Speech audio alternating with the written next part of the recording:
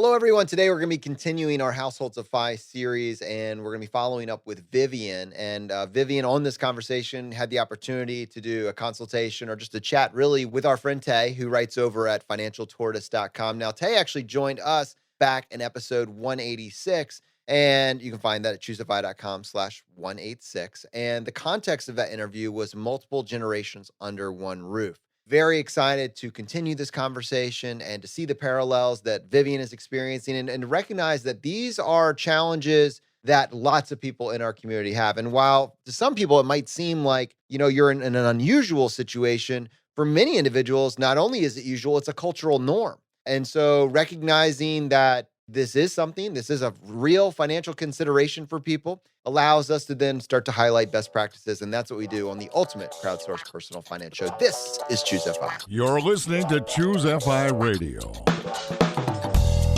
The blueprint for financial independence lives here.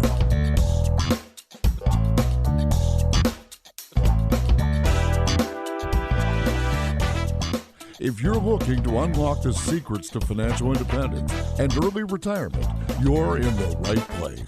Stay tuned and join a community of like-minded people who are getting off the hamster wheel and taking control of their lives in the pursuit of financial independence. ChooseFI, your home for financial independence online.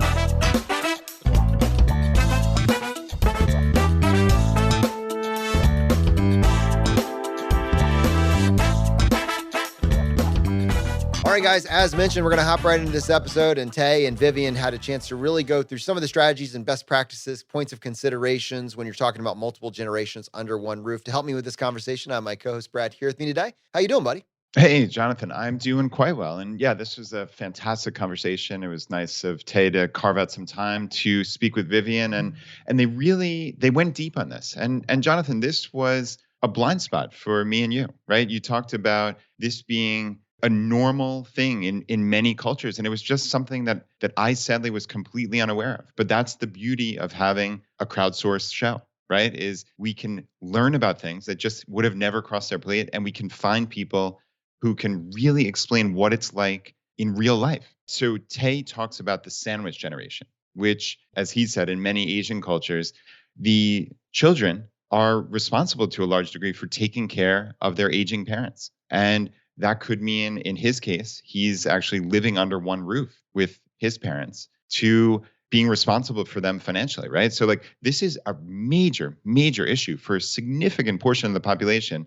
And it's something that we're really trying to highlight because people have questions about this. But again, while this might not be what's the cultural norm in my family, I have to say it has opened my eyes to issues that I am going to be dealing with, but I just never would have thought of. So, this has been a huge benefit for me. I think it's going to be a huge benefit for the entire community because I'm going to be responsible for my parents in some way, shape, or form. While it might not be financial in the purest sense, at some point, I'm going to have to help them make decisions. I'm going to have to help prepare documents for them or, some things with their health, et cetera, et cetera. So this is something that I need to start thinking about. So yeah, this was a huge benefit for me and it was just a real eye opener. All right, well, we're going to go ahead and get right into this episode. Just a few things that I think you should really be paying attention to as you're listening to this. Maybe you're taking some notes. Things that really stood out to me is just for individuals that are actually cohabiting with their parents. What is their perception or their take as they've done research currently on the ROI of long-term care insurance? Is that just an obvious choice that everybody goes and does right ahead of time? Really pay attention to what they actually said about that and what their concerns were. The other thing was, what about when there's different priorities on spending? And so maybe the parental figure has some level of income, even if it's a smaller amount, but their spending goals and your spending goals, and you're sharing some costs, they're going in two different directions. What about those Social Security calculations? Are they eligible for it? Especially when you're talking about an immigrant family, do they even know how it works and what they're eligible for and what the nuance is there and at what point that would actually kick in? There's a lot of complicated financial stuff that happens right between the ages of 59 and 65. You have Social Security that you're going to become eligible for. You're potentially eligible now to draw out of your tax advantage vehicles. And then you have Medicare kicking in at 65, and there's potentially a gap there. How do you bridge that? That and so much more. Huge thanks to Tay for coming on the show. Very generous with his time. And really, this is an incredible conversation that you need to hear. And if you want to follow up with him, you're taking some notes, you want to follow up, you have additional questions, highly encourage you to check out his site where he really documents their own journey, as a sandwich generation, parents and children in the same house. And you can find him at financialtortoise.com, and you can hear the episode we did with him. It was ChooseFI.com/186. And Jonathan, for the audience, we're doing these Households of Fi episodes as kind of like a longitudinal study, right? So we're finding people when they're just getting into Fi. And then we're touching back with them every 3, 4, 6 months, whatever it may be, with any questions they have, just getting updates. And Vivian, if you want to catch up on her story, we introduced her on episode 221. And then her first full episode was 255. And you can always find those ChooseFI.com/ and then the episode. So it's 221 or 255. All right, guys, we're going to get out of the way and we'll follow up with you on the back end of the episode.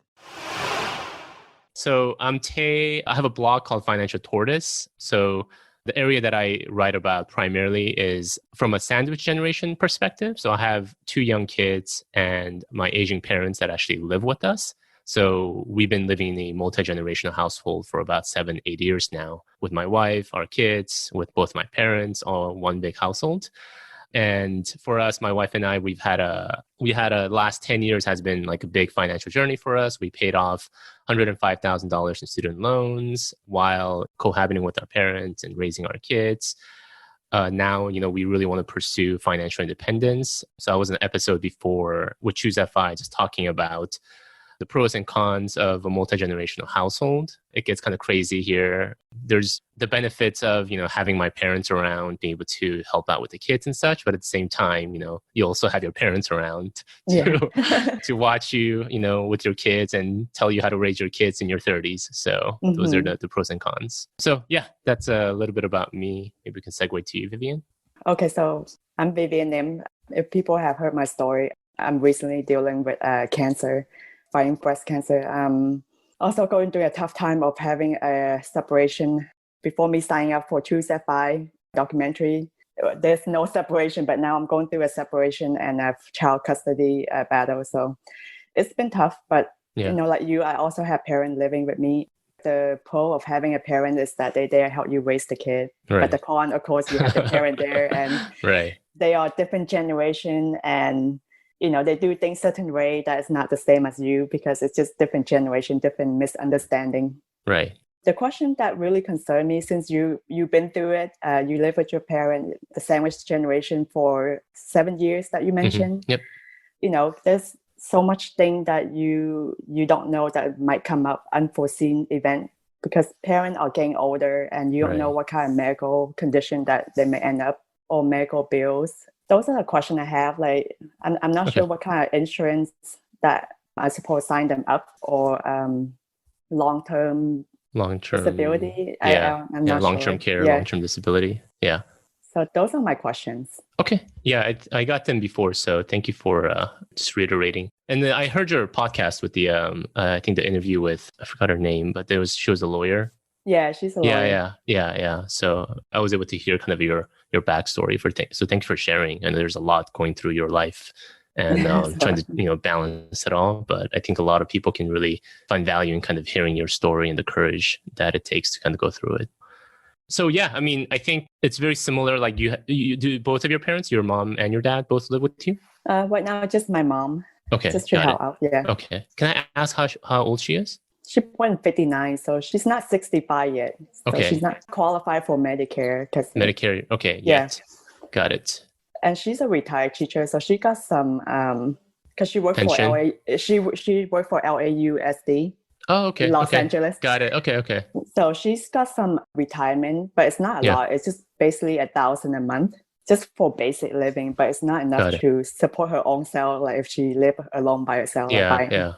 Do they provide, I thought LAUSD or some pension plans had healthcare gap they cover between retirement and Medicare? I'm not sure because she retires younger than expected, she probably don't get the gap. I'm not sure because my mom, as our parent, they're not very good at finance. For Asian, we always joke that they always rely on their kid for retirement. Yeah, that's normal. I mean, Yeah, that's actually like, historically, that's very normal.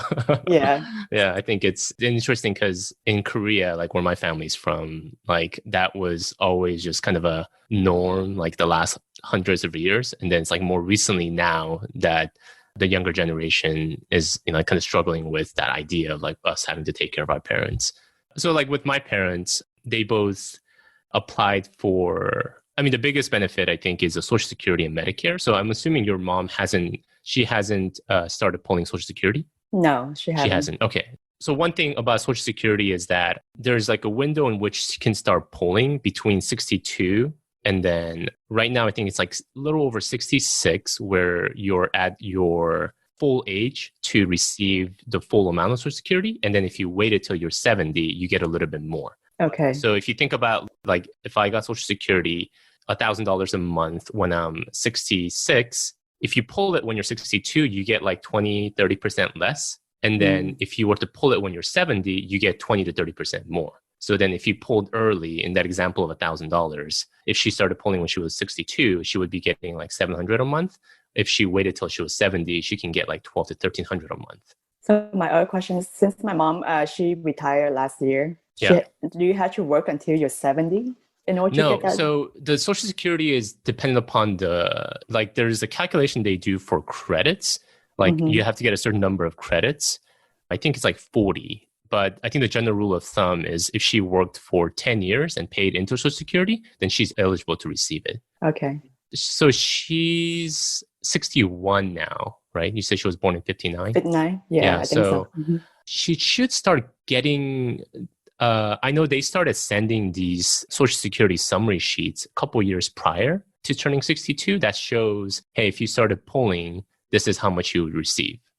So if not, you can go on to, I think it's Social Security, just a website. I think it's ssa.gov. She can create an account, like plugging in her info or birth date, and then you can see the estimates of how much she would receive if she started pulling when she's 62, or she could wait until she hits the full age of 66.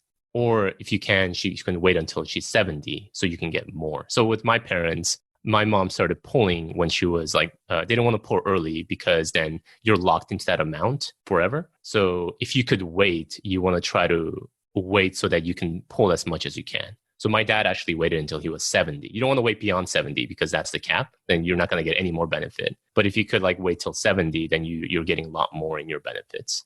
Okay. But you had to work for at least 10 years, is that correct? Yes, I think it's the general rule of thumb is 10 years that you paid into Social Security. Okay. Yeah. If you haven't started receiving those sheets, you can go to the Social Security website and then actually check how much she's eligible for. But if she's worked at LAUSD for a while, I'm assuming she's been there for 17 years. So she there shouldn't be any problem. She should be eligible. I think it's about understanding how much it is. Yeah. So I mean, for my parents, like we started living together right when they were starting to collect Social Security. So, I mean, the way for them, they really didn't save. I mean, they didn't even know what a 401k was. Yeah, same here. 401k, Roth. Like, I mean, this is all over their head. Yeah. And then I think the only thing they really understood was real estate because that's something that they could see. So thankfully, they had a home which they rolled whatever remaining like equity that they had into our current home. So then they were able to, they bought the current home that we were living in. So they put in the down payment and then we essentially took over the mortgage.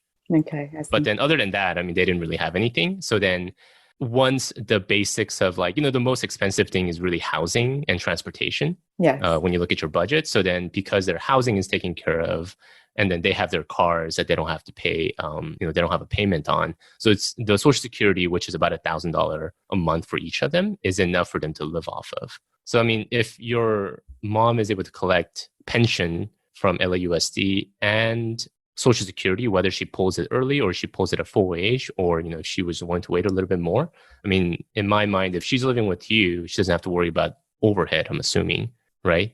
Yes, she doesn't have to worry about. Right. Yeah. So that I think helps out a lot as regards to not having, I mean, I think that's really the biggest thing with a lot of the elderly is that with Social Security, it's just not enough to pay for rent, pay for a car, and pay for food at the same time. So if you can take out the housing cost and transportation cost, then I think that I mean, like, I kind of joke around how like my parents are like living it up now.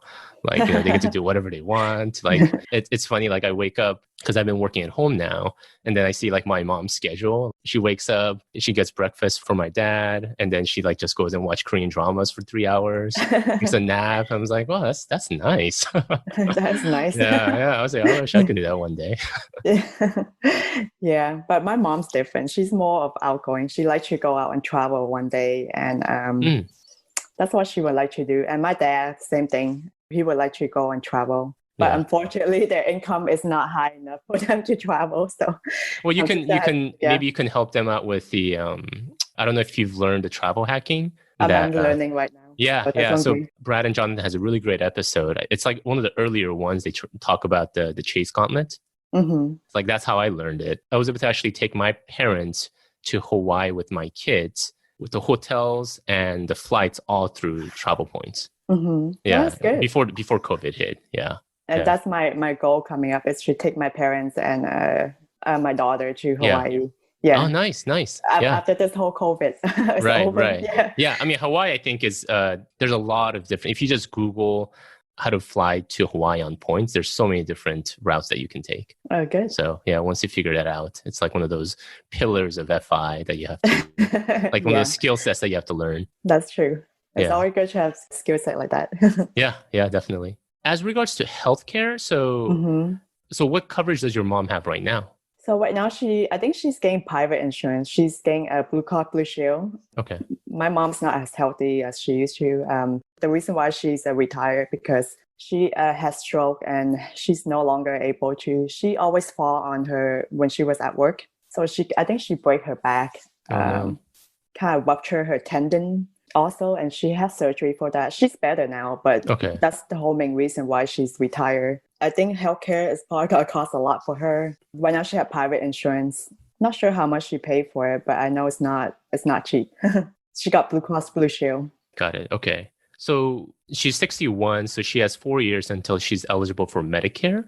So there isn't really like an ideal solution before Medicare hits. I think it's getting a private healthcare insurance. Yeah. Mm-hmm. But just a couple of things regarding Medicare that you do want to know is that the enrollment period is pretty sensitive. Like there's a 7-month window that you have to enroll, which is 3 months before she turns 65. So you want to like mark it somewhere like that 3 months before she turns 65 and then 3 months after she turns 65, like there's a 7-month window in which you have to make sure you enroll in Medicare. And then there's like different parts to Medicare. There's like part A, B, C, and D. And then A and B is like hospital and Medicare. Most people don't realize though is that the basic part of Medicare is covered with, just being eligible for Medicare. But then if you want the medical insurance, like the hospital visits covered, you actually have to pay a premium for that, which I think is like $100 or $200 a month. And what they do is if you're collecting Social Security, they would just pull it out of your Social Security amount.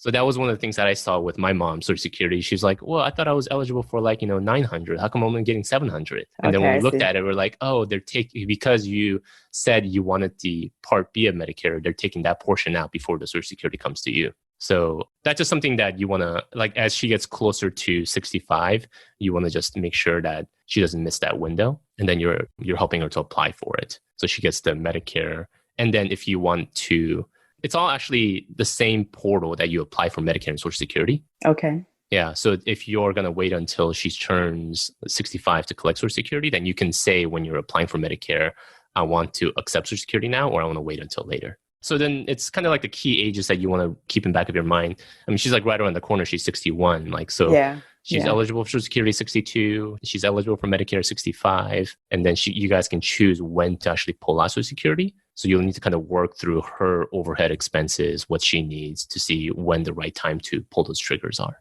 Okay. Another thing is that, so do you have long-term care for your parents?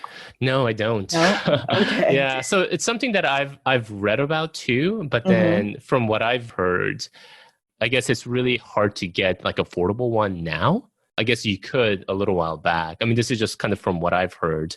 Yeah, I haven't gotten long-term care insurance. Right. I've started researching into what are some long-term care options. They have, let me see if I can pull it up. Yeah, the reason why that's in back of my head because my mom, like I said, she had stroke. Right now she can Yeah. move normally, but you never know when another stroke got hit and one day she can't move anymore. So Exactly. Yeah. she might need long-term care or some kind of care. Yeah, maybe I should do more research on that. But I don't think Medicare, I'm not sure they have offer long-term care, right? I have to look into that. So I think Medicare only covers portion of long-term care. I think, don't quote me on this, but I think it's just if they were to go to the hospital for surgery and they're staying at the hospital for like recovery or long-term care just for recovery, I think that portion's covered. But it's not the full like long-term care. I definitely know that. So that's something that like I've been thinking about, and I don't really have a good solution at this point as well. It's just I know that there's like being at home and you can hire like skilled nursing to come, and then I think some parts of it are covered, some parts of it are not. And then there's like assisted living place or like skilled nursing. So I mean, I think it's a very important topic that I'm sure like no one has a really good solution on yet. It's just in my mind, I guess what I always kind of think about is that it's going to happen. That's So what you figure out. yeah. So it's like, I gotta, end of the day, like, I think one of the things I really appreciate about, the FI community is that like, I shared this story when I was going through the interview with Brad and Jonathan was with my wife's grandmother. She was diagnosed with lung cancer and she was 90 at the time. And then it was interesting because a lot of the adults weren't in a financial position to be able to kind of step in and then like even spend the time to kind of take care of her or kind of navigate the system with her. So then I think that's what kind of like I've been in back of my mind thinking is like, there's a lot of different options we can go. You can go at home or you can find assisted living or something that could be compatible. But at the same time, like if I'm not in a strong financial position where I could maybe step away from my job for a little bit, or I don't have the cushion, then I can't even think about that when the time comes. So I think that's where, whenever I kind of throw out this question about how do we best take care of our aging parents if they haven't like taken care of themselves financially, even like a lot of the older kind of folks, I'm not sure if you are familiar with Jill Collins. Yeah. So Simple Path Wealth. I asked him the exact same question when I met him. And he said, the best thing you can do is take care of yourself. Like if you're in the strongest financial position, that's how you can take care of the people around you. That's true. The loved ones. So yeah, I mean, that's kind of, I've been doing some research, but like, I don't have a clear defined, like, this is the right long-term care. It's more of like, okay, I need to get my finances and our household as strong as possible. And then if time comes where they really need my time or our help, then I have the resource. I can step away from my job if I need to, and then be able to assist in that way. Hey, this is Andrew from the ChooseFI team. Hope you're enjoying the show. We're going to get right back to it after these quick messages.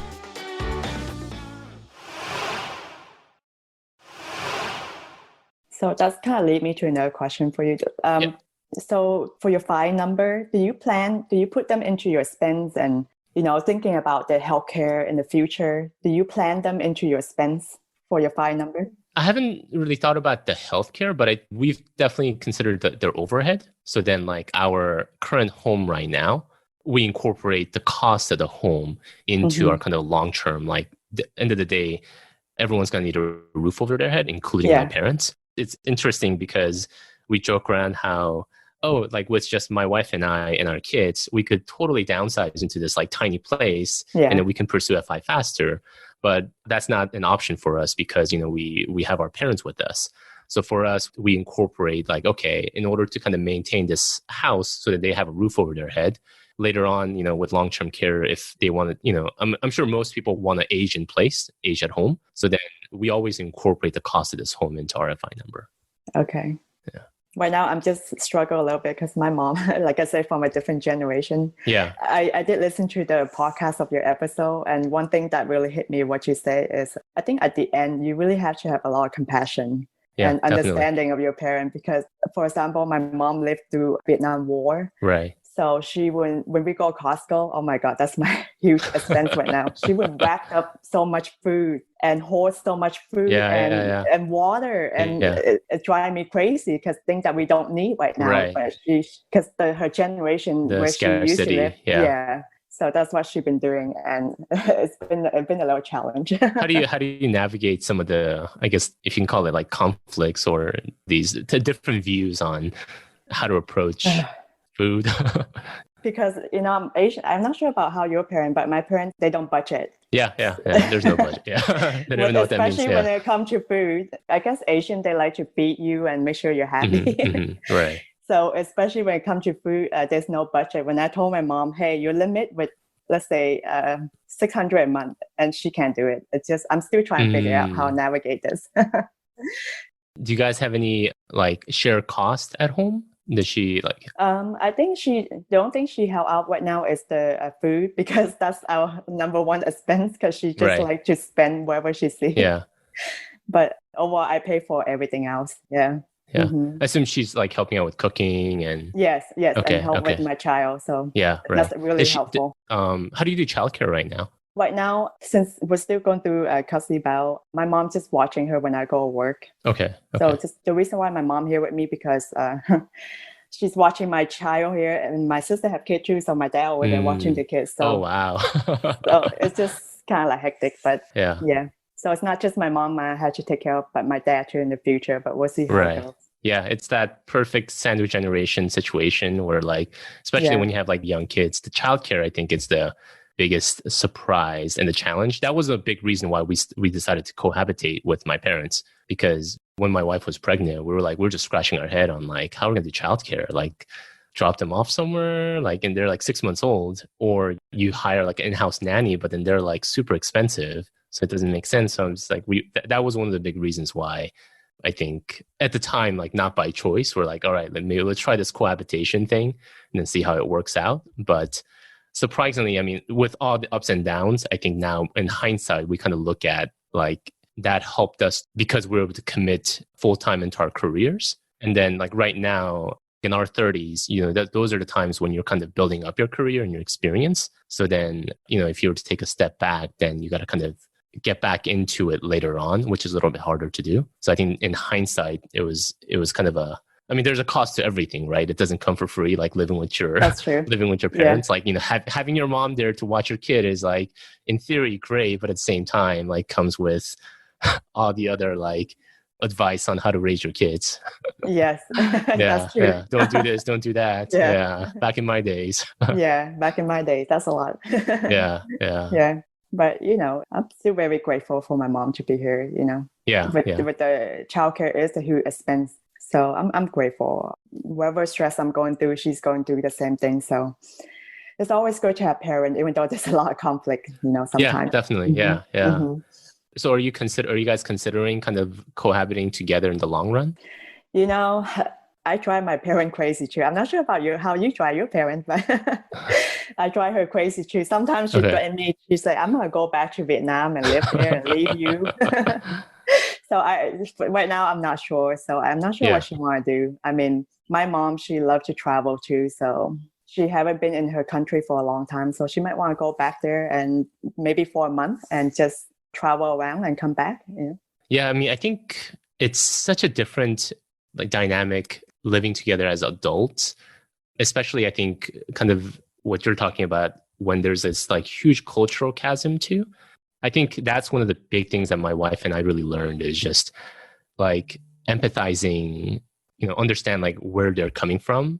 Like with my mom, I think it's like you talk about like your mom like buys a lot of food. Like my parents grew up like in the post-Korean War generation. So then like they never threw away food. So then I think they were, if you think about it, like it's a small thing like food, right? Kitchen, food. But then we had so many conflicts as regards to like the kids are only done halfway through the rice and like, we're going to throw it away now. And they're like, and my mom's like, no, like you got to keep that. Like you can feed them tomorrow. I'm like, but that doesn't make sense. Like now, like you're just adding more clutter or my wife and I joke around. That's like the kitchen's the battleground. And then we even thought about like, we should just build a second kitchen because this is not going to work. That's true. Yeah. That's true. I mean, I think all of it in the last 7-8 years, it really helped us to reflect on, there's no winning here. It's more of like, why is she so fired up about this topic? And then just like they don't understand where we're coming from, but they're trying. Like it takes a lot of effort for us to really try to understand where they're coming from and why they're behaving in that way. And then I think that's where like it builds a lot of just compassion and empathy that like we wouldn't have if we didn't go through this process of living together. That's true. I agree. And it's tough, especially when you have parents always set on their way. Yeah. Oh yeah. So we have to be more compassionate and more empathetic. Yeah. And they've lived for 60, 70 years, their way of life. And that's how they survive. And that's how they got here through all of the tribulations that they've gone through in their life. And that's how they came to this point, that stubbornness and grit. So then it's like, I'm not going to change that. It's just, so true. Are you concerned at all of unforeseen like expense that might come your way when your parents grow older, or just follow a JL Collins advice and just build up the finance? Yeah, that's kind of I mean, I think if you look at, like your just finances, there's different ways you can save, like, your retirement account, your 401k, your Roth. But I think part of it too is like we can't really control our parents, kind of like you said. So then even if I tell my mom, it's like, you should save your money here, like, I don't know if she's going to really listen. So end of the day, we can provide the overhead. It's mutually beneficial. But I think the approach that we're taking is, what we can control is our finances. Let's get that as strong as possible. Let's try to increase our savings rate. Let's try to live below our means. While we're both able to work full time, let's be able to just get all of our finances as strong as possible so that if there are unexpected expenses, we can handle it together. They joke around how, I'm sure you've heard about this, how like, when people are under financial duress, you can't really think straight. Like, people's IQ, because you're just kind of like in that survival mode, so that you're not able to kind of solve problems in a very smart way. So I think the thought is, if we can get our finances in order and we're not having to worry about our day to day, if something did happen to my parents where we needed to step in and we needed help more, then it's okay. Like, we can figure it out. We can step in, we can figure it out. If one of us had to step away from our jobs and spend a little more time at home, we can figure this out. But like, we're not burdened by this, like the stress of finance. I think that's the big thing that we're trying to mitigate. Okay, that's good. Yeah, I'm trying to save up as much as I can. I told my mom I try to do 50% of my income. She think I'm crazy. So does your mom have any? Do they think it's kind of weird that like, hey, now you've worked really hard, you became a pharmacist, and why are you living? Debts. And why are you living so frugally? Like, you should be. They think I'm stingy and calling me stingy. And I'm not sure that's how with your parents call me stingy. Like, you have money, why can't you just, it's just food. It's no big deal. Just hold all these food that we don't use, and it will go bad in a few months. I think my parents they think it's like my wife and I went the reverse. As we made more money, like we became stingier. Because I think part of it is I'm sure you can attest to this, like part of the like Asian culture, Korean culture too, is like you wear your wealth on your sleeve, right? Like it depends on it's so much of the story behind, I think, immigrants is that, hey, they came here and sacrificed so that you can live that upper middle class life that we saw and we envied. So you should be driving a nice car. You should be going on vacation. Exactly. You should express you should show your success so I can boast to my friends about how successful my kids are. Exactly. Yet, like, I'm embarrassed because you're driving this beat up old car and you're not willing to go out and, buy fancy food. So that's exactly what I'm going through right now. Because when I had my child, I wear my maternity pants for 2 years because I try to lose weight. And my mom was like, "You're a pharmacist. You embarrass me. What? Right. I didn't raise you to be like this." So like, okay, mom. Yeah, I can't take you anywhere. It's like but poor I have pharmacist. Another goal. Yeah, exactly. Yeah, it's a very. I think there's the pursuing FI. I think there's that other kind of a hurdle to overcome. Coming from more of an immigrant family, I think that cultural barrier that you have to overcome. Yeah.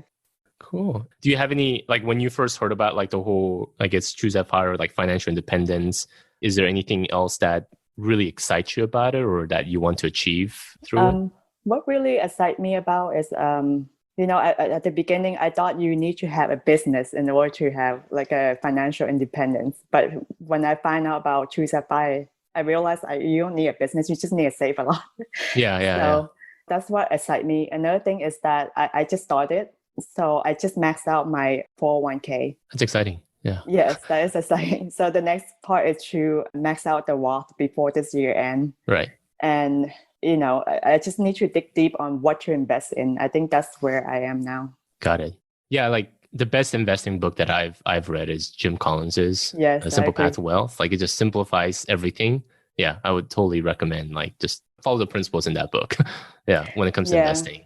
I am following his principle right now, but I also listen to the other podcast that say as you age, it's going to get riskier. So we'll see how it goes. But I'm not trying to be fancy. I'm just trying to be simple, as simple Yeah, as I mean I think that's the Yeah. biggest thing is like it's just so simple, and then it's like so much of this whole FI journey is the savings rate, and then putting it into like smart investments.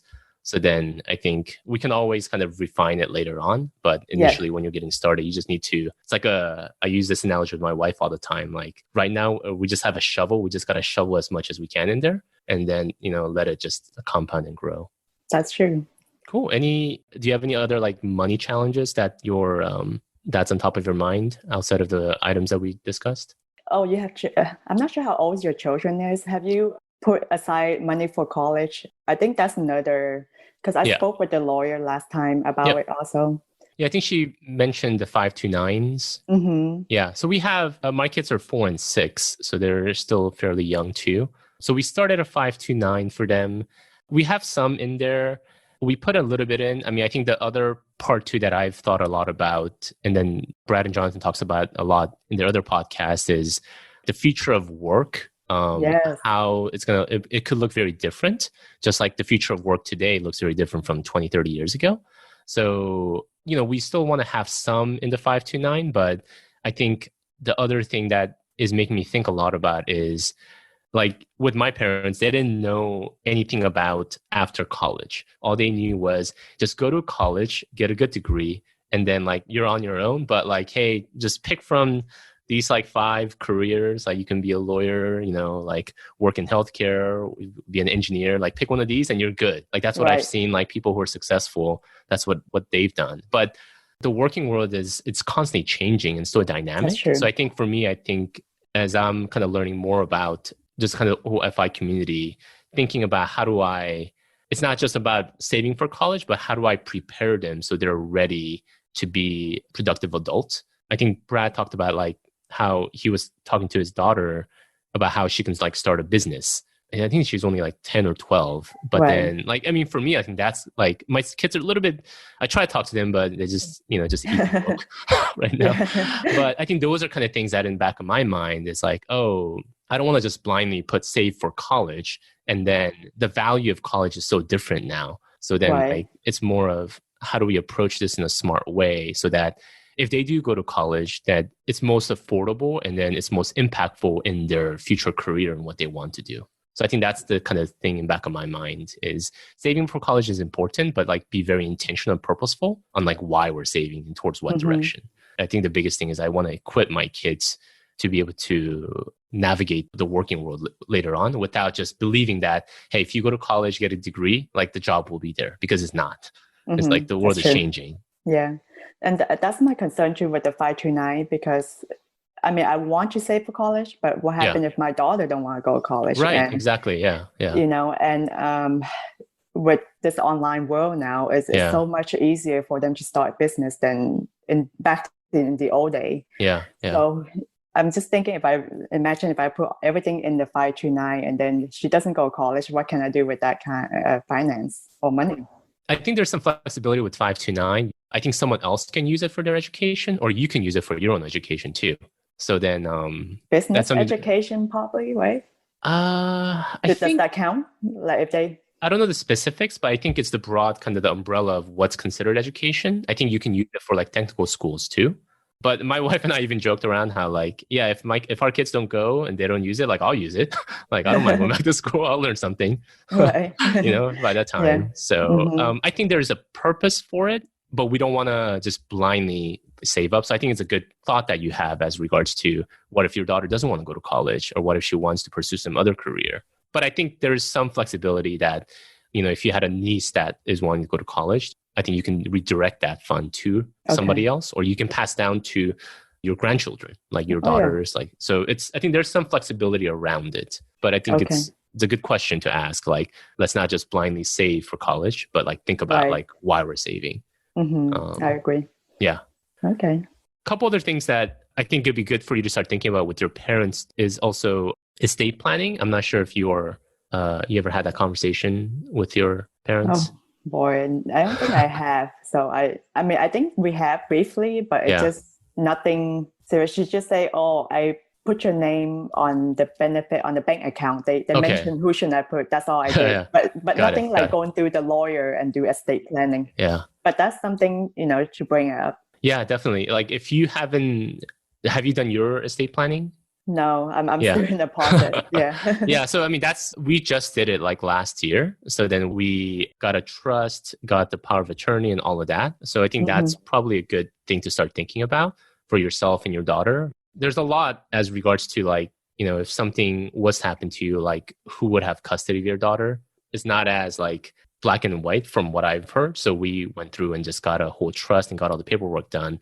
And that also motivated us to talk to my parents about it. And then so they went out and got a trust and a will and power of attorney, all of that completed. So I think that's pretty important as they age. Because that's one of the other things that I saw with my wife's grandmother was she didn't have any of the paperwork ready. So then it was just a lot of the scrambling at the end, trying to get the right paperwork, who's going to make the decision at the hospital. And so it's like, I think the lack of just financial preparation and the legal document is just, those are the times that you don't want to be, if our parents get sick, we want to spend time with them, not be thinking about like money, not thinking about like, oh, we don't have this medical directive. So like, it's important to start thinking about all those before it's too late. That's yeah, like estate planning, I think is pretty important. And then the other one is just general, like having money conversations with your parents, like regarding Social Security, Medicare.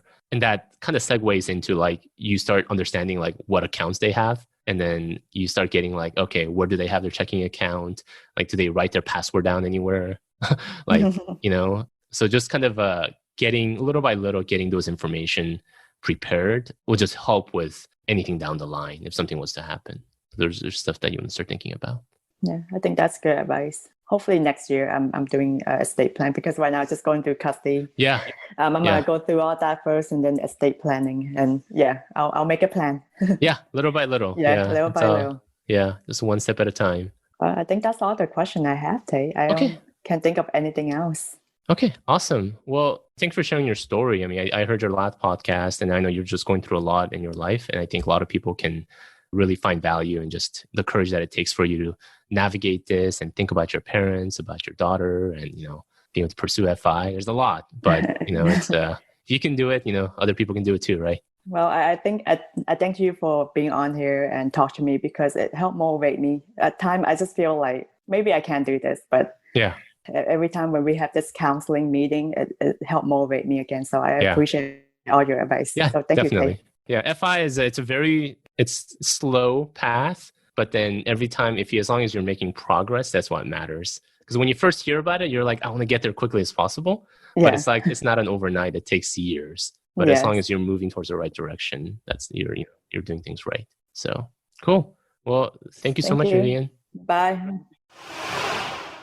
All right, Brad, I loved how the episode came together. I love how they were able to tie some very actionable details that people need to be considering with really what Vivian's actual goals are, and maybe to some degree what her mom's goals are, right, in this case. I mean, that's a conversation that needs to be had, and it looks like with some of the framework that Tay was able to provide, they will have some direction for some conversations that need to be had over the next, 6 months to a year. I'm curious, and what in particular stood out for you that we should start with?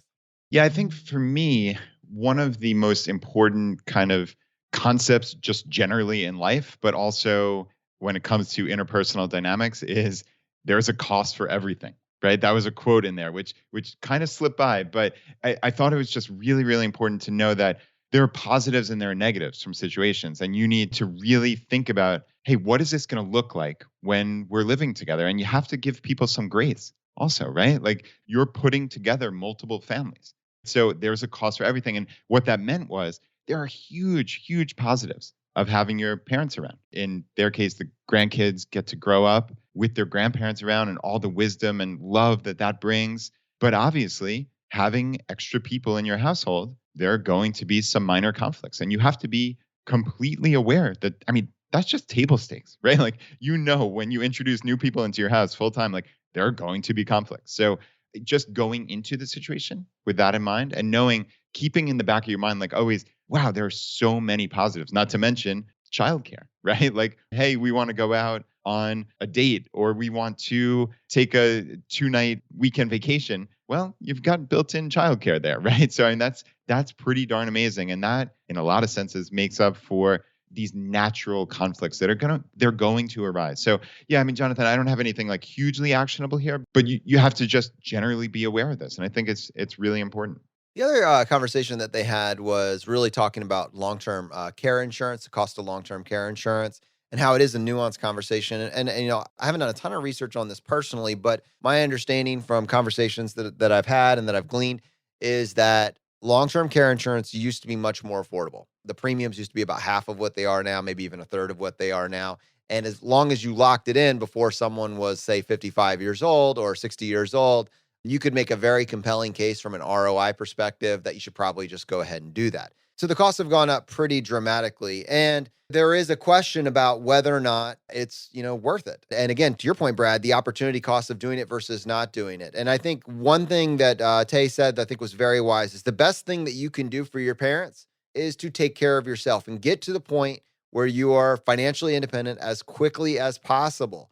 Because ultimately, as they get older, as they need more care, what they are probably going to need and what is implicitly, it's embedded in this idea is they're going to need more of your help, more of your time. Everything is more stressful and more expensive when you have no time because you're stuck in a job to afford the premiums on the long-term care insurance. And that's a guaranteed locked in cost that you're accepting, potentially way earlier than you need to. So it is a balancing act. I mean, you could hear the kind of the level of discomfort in Tay's voice as he described it. It's not like something that there is an easy answer for. Healthcare is fundamentally broken here in the United States, and we're all just kind of in a holding pattern. But, with that in mind, we kind of have to work with the best we have, in which case they're kind of getting the problem down into really for them, the two things that stood out, Brad, was how do we manage the gap between current age, which is late 50s to 65, where Medicare kicks in, and then how do we navigate Social Security as part of our financial planning? Those are the two things that I thought this episode really honed in on. And I think if you tie that with the fact that we do need to have these conversations, then we probably need to do some sort of estate planning / legacy binder around it. Those three pillars right there are massive for any multi-generational family. Yeah, wholeheartedly agreed. And yeah, I mean, it brings to mind that we need to get someone on the show who's a true expert in Social Security, right? And making the decision of when do I start taking this? Because there are lots of decision points in there. And of course, it's always going to depend on your personal situation and what your income and assets look like, et cetera, et cetera. But I mean, there are decision points that people need to make that are critically important. So, I mean, that's something, Jonathan, we have not tackled overtly on the show in 400 plus episodes. So, I mean, I think that's something that clearly is something we need to look into ASAP. And yeah, it's funny you mentioned, really these conversations. I think that's one of the things that I wanted to highlight. And I talked about this on the front half of the intro of the episode is this brought up for me, like you said, that binder, that family emergency binder or in case of emergency binder that Chelsea Brennan talked about. This is something that you're going to have conversations with your parents, and you're going to have some sense of what are their assets? Where are these things? Tay brought up like, where are their accounts? What are the passwords? If they're incapacitated, how can you get into these accounts? How can you maybe pay bills that, you don't want things getting into a point where they're going to collections because of an emergency that you just simply didn't plan for. And I think that's where, this binder that Chelsea put together is remarkable. And yeah, you can always find that at ChooseFI.com/binder. This is something that literally thousands of people have bought and downloaded and taken action on. And I mean, it's not easy, right? I mean, it's Jonathan, it takes a couple hours to put this together at least, but it's probably the best 5 to 10 hours you're ever going to spend because all of that information, like I think about that, if I get hit by a bus, how much information is stored in my head that Laura would have to be scrambling for? Yep. I mean, that's absurd. That's negligence on my part. And, this is something that I've kind of dabbled with in terms of filling out. But if I'm completely honest with myself and everybody listening, like, I haven't done a 100% complete job on that. And again, I think that's just negligence. Ours is looking pretty good. Yeah. Danny and I have been working on it. So she's put some energy into that, and we've had the conversations. I'm pretty happy with what she's got on paper there. I think there's just one section left that we are still kind of hashing out. And it's more just like, great, it's all there, but what does it mean? It's a familiarity with it, right? This should also come with conversations like, here's how I want you to use it. And so, I'm proud to say that has been handled on the Mendonza household, and I'll give you a little go about finishing up yourself. All right.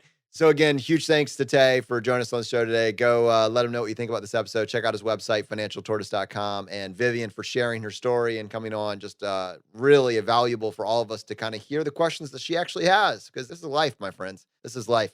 And if you are trying to get started on your own path to financial independence, this sounded appealing, but you realize, you're still trying to understand what some of these terms are, and you're trying to look for an on-ramp to get started. Let me encourage you, go to ChooseFI.com/start. We've put all of our resources there for you in one easy place for you to quickly on-ramp yourself and your family to this path to financial independence. The fire is spreading, my friends. We'll see you next time as we continue to go down the road less traveled. If this episode was helpful to you, don't forget to subscribe. If you want to help spread the word, please give us a 5-star review and tell your friends about us. We can be found on Apple, Google Podcasts, Spotify, and anywhere you listen to podcasts. While you're there, don't forget to check out our other shows like Everyday Courage with Julian Johnsrud and Rebel Entrepreneur with Alan Downigan. If you would like a free bite-sized course to jumpstart your financial independence, check out ChooseFI.com/challenge. ChooseFI is produced by Andrew Mendonza and Zachary Tan and is a production of ChooseFI Media Incorporated. ChooseFI.com is managed by Annie Sheely with William McVeigh, M.K. Williams, Melissa Lagerquist, Liz Kessler, Stephen Heptig, Kelly Black, and Jennifer Ma. And Ed T is our CEO. Thanks for listening.